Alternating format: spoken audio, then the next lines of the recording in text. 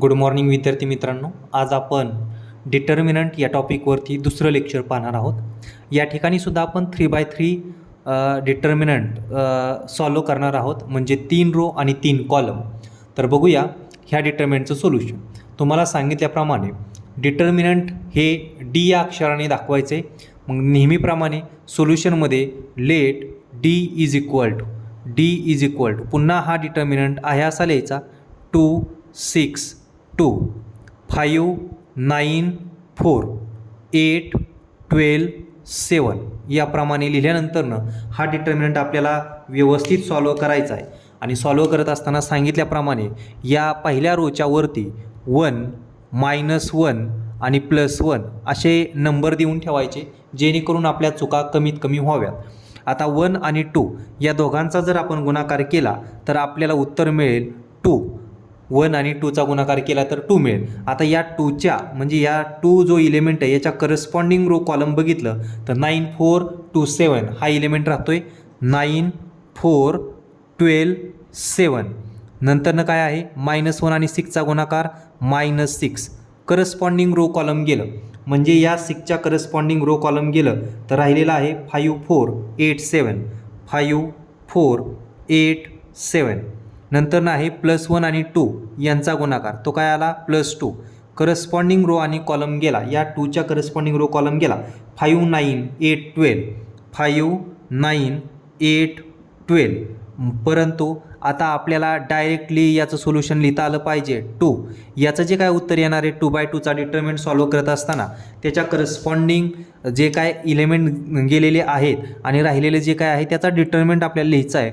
म्हणजे 9 आणि 7 यांचा गुणाकार डायरेक्टली याप्रमाणे करा, मध्ये मायनस साईन द्या, इथं पण त्याचप्रमाणे करा. म्हणजे 9 आणि 7चा गुणाकार 63, 9 7चा 63 मध्ये मायनस साईन. 4 आणि 12 यांचा गुणाकार, तो काय येईल 4 आणि 12चा गुणाकार 48. हा -6 आहे असाच.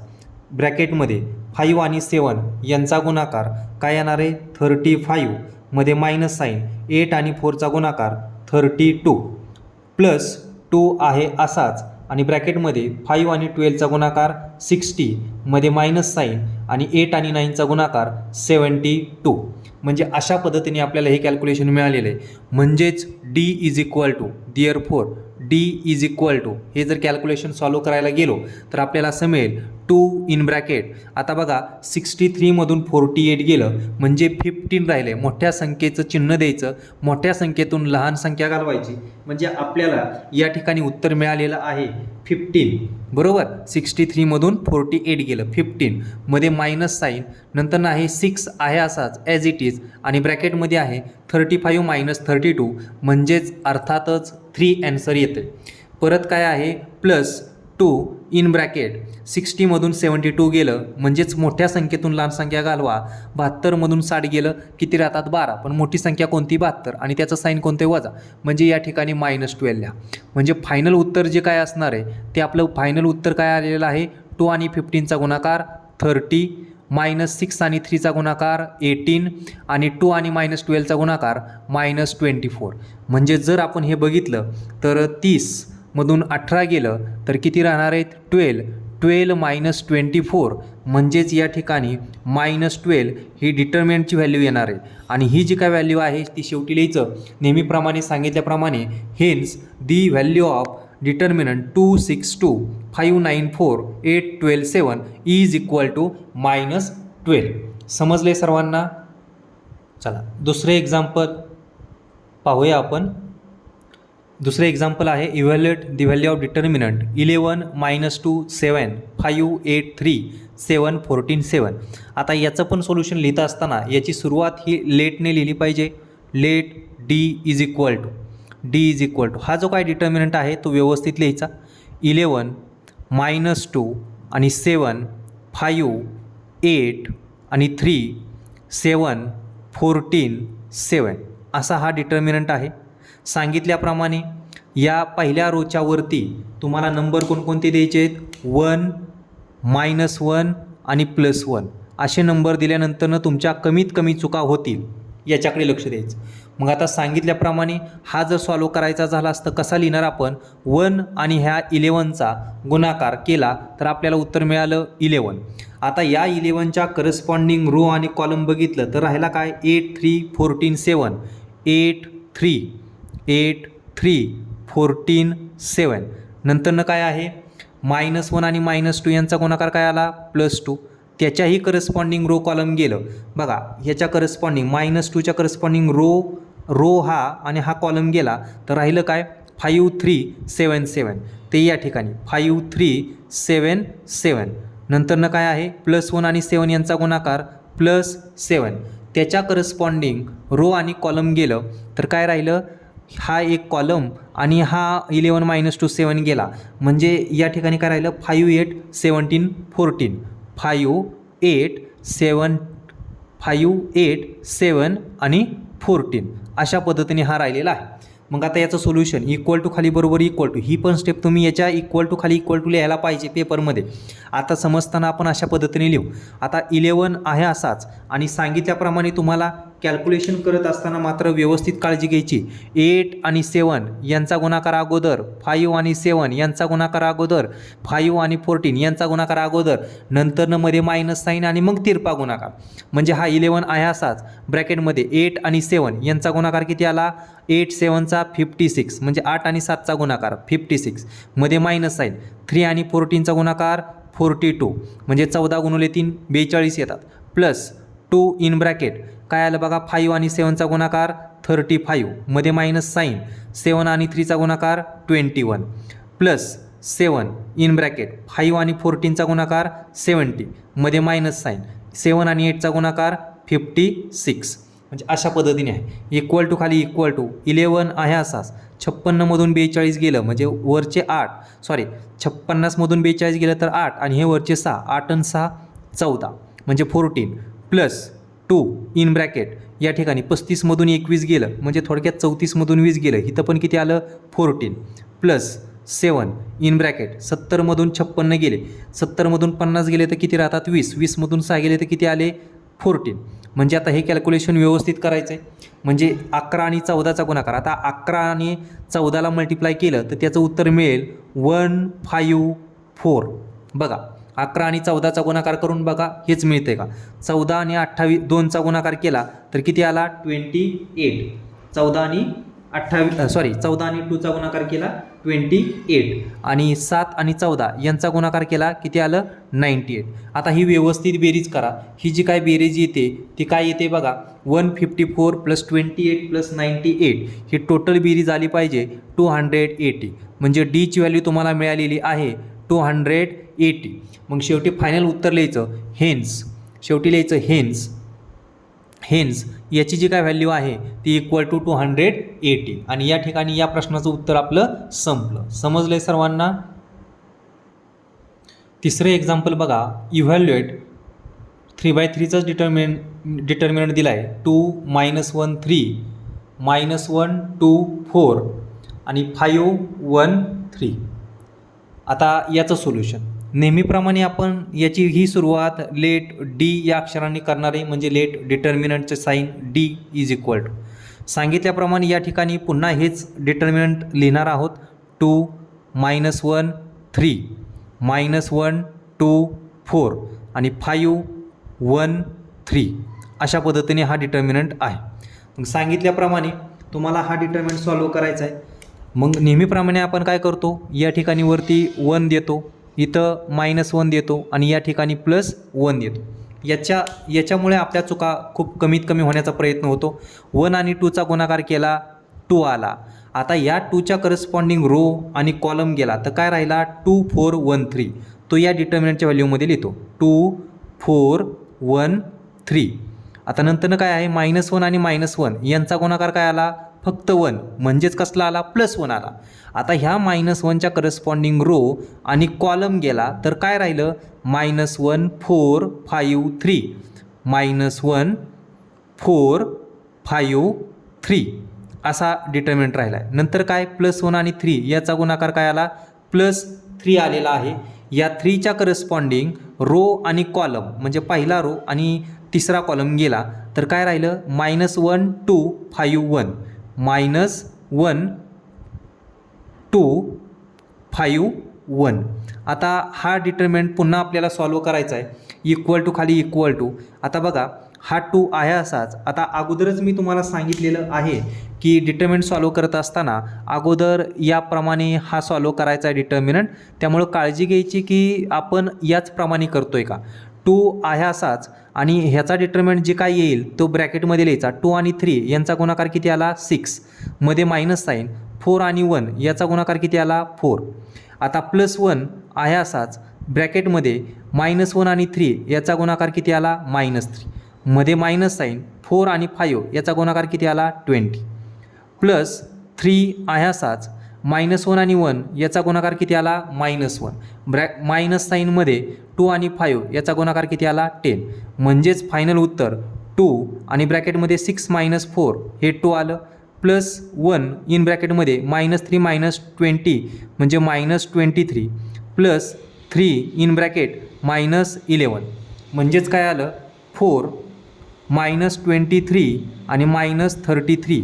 म्हणजे जर हे कॅल्क्युलेशन केलं तर आपल्याला काय मिळते बघा 4 - 23 म्हणजेच किती मिळालं -19 -33 असं कॅल्क्युलेशन आपल्याला मिळते. हे जर कॅल्क्युलेशन व्यवस्थित केलं तर याचं जे काय सोल्युशन येतं आहे म्हणजे एकदा खात्री करा 4 - 23 मोठ्या संख्येचं चिन्ह म्हणजे 19 आणि 4 23 होतात.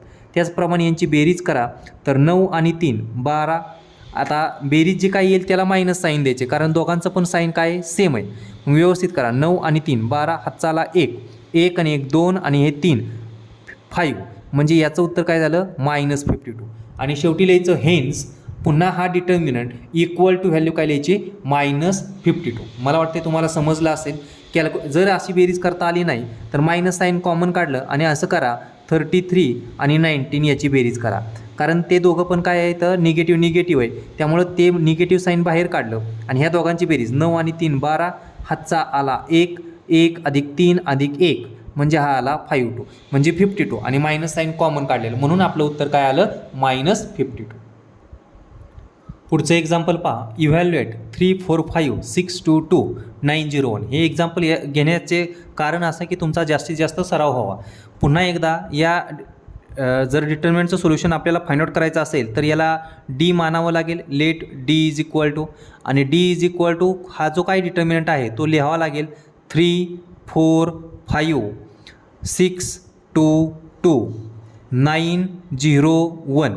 आता हा डिटर्मिनंट लिहिल्यानंतर सांगितल्याप्रमाणे तुम्हाला की याच्यावरती 1 लिहायचं आहे, याच्यावरती -1 लिहायचं आहे आणि याच्यावरती +1 लिहायचं आहे. म्हणजे 1 आणि 3 यांचा गुणाकार करायचा आहे. तो किती आला 3.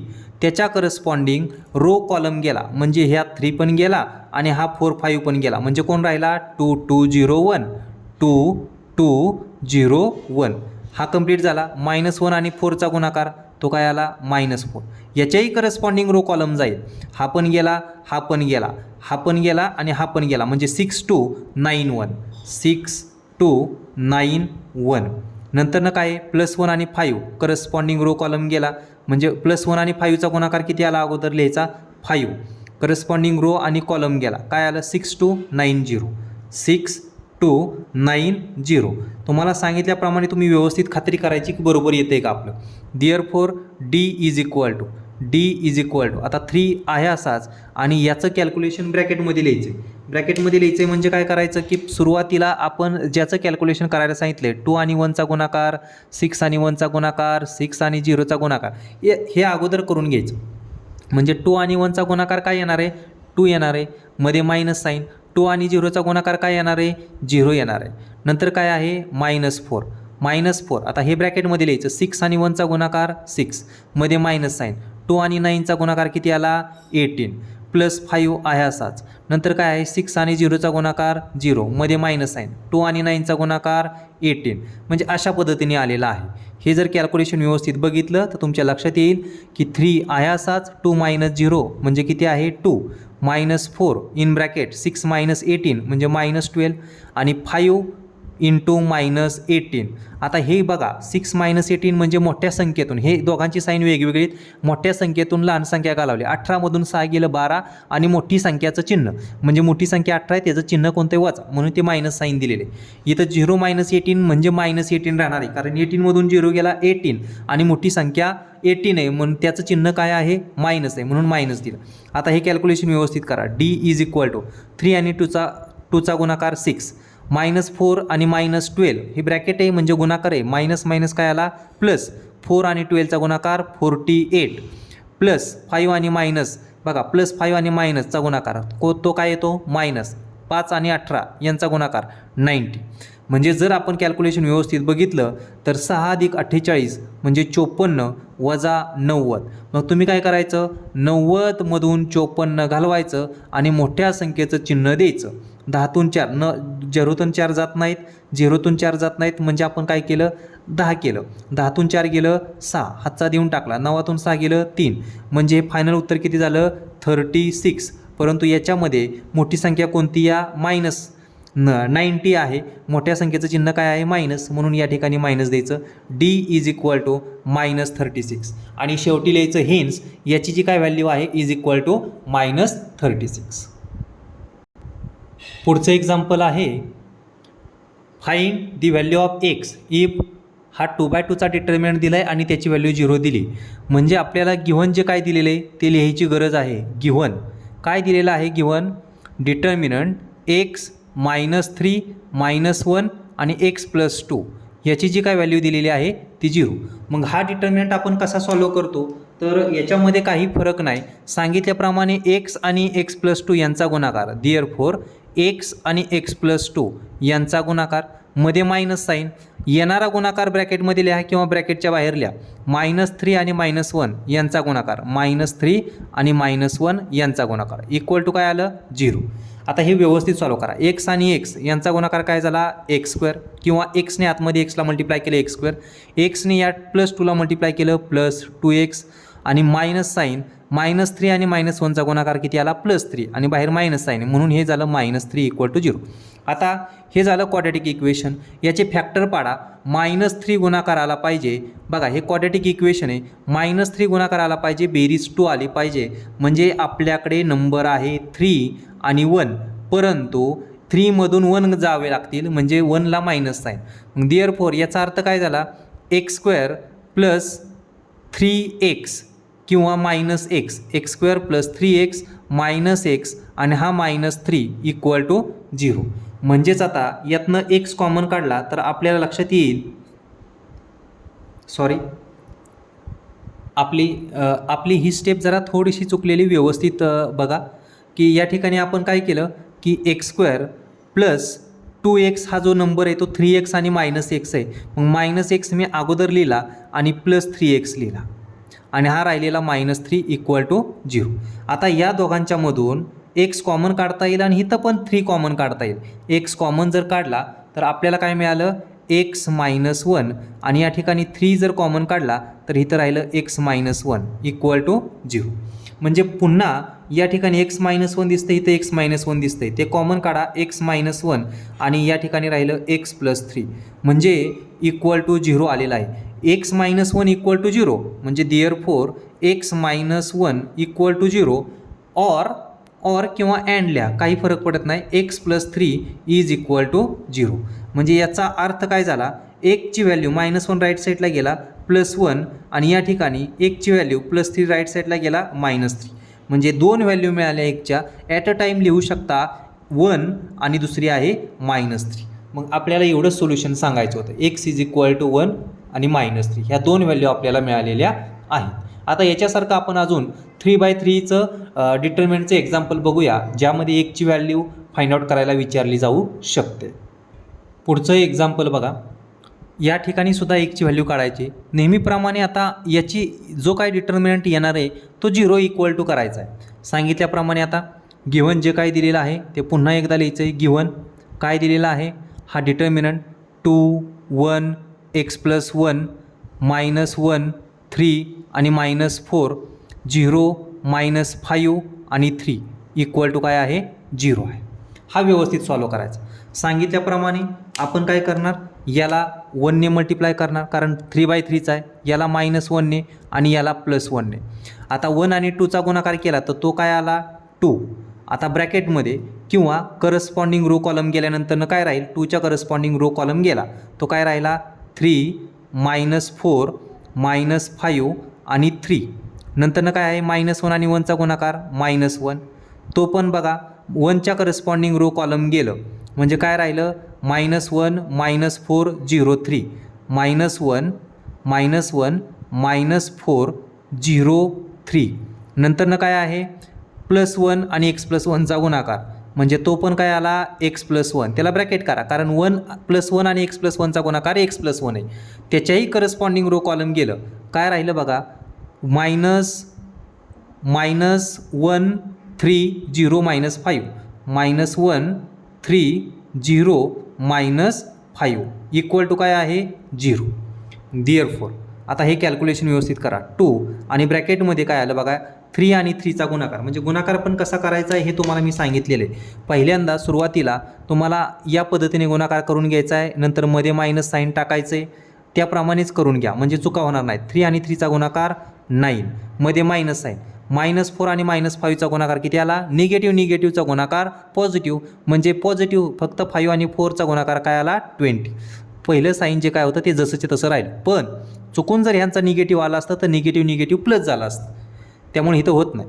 आता -1 आहे असंच ब्रॅकेटमध्ये -1 आणि 3चा गुणाकार -3 मध्ये साईन -4 आणि 0चा गुणाकार 0 प्लस x+1 आहे असाच आणि ब्रॅकेटमध्ये -1 आणि -5चा गुणाकार +5 तो फक्त 5 लिहा मध्ये मायनस साईन 3 आणि 0चा गुणाकार किती आला 0 इक्वल टू आहे 0.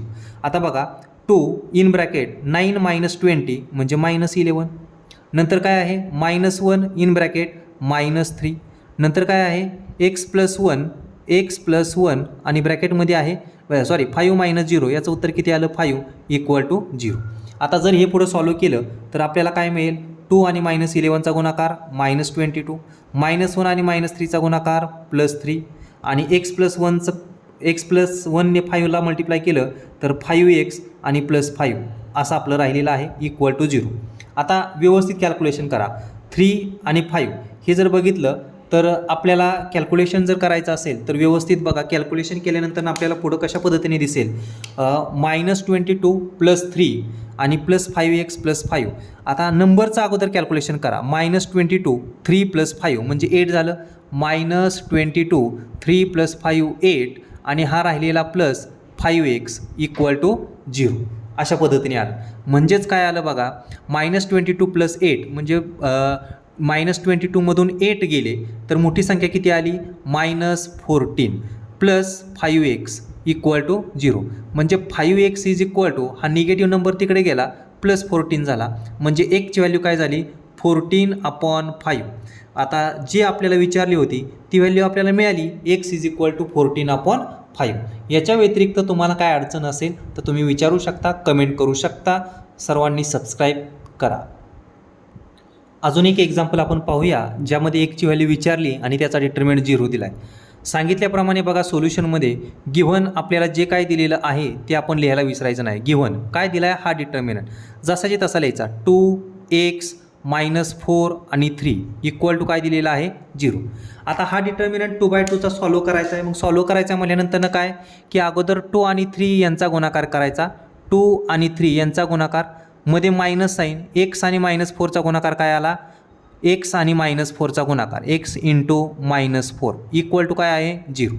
2 आणि 3 याचा गुणाकार किती आला 6 मायनस आहे असाच x आणि -4चा गुणाकार काय आला -4x आणि हे बाहेरचं मायनस साईन म्हणजे काय आलं +4x इक्वल टू 0 म्हणजेच 4x याची व्हॅल्यू काय मिळाली -6 म्हणजेच x इज इक्वल टू काय मिळालं -6/4. आता या नंबरला कुठल्या नंबरने भाग जाईल तर तो नंबर काय आहे 2 आहे म्हणजे 2 2चा 4 आणि 2 3चा 6 म्हणजे एकची फायनल जी काय व्हॅल्यू आलेली आहे ती तुम्हाला सांगता येईल एकची फायनल व्हॅल्यू.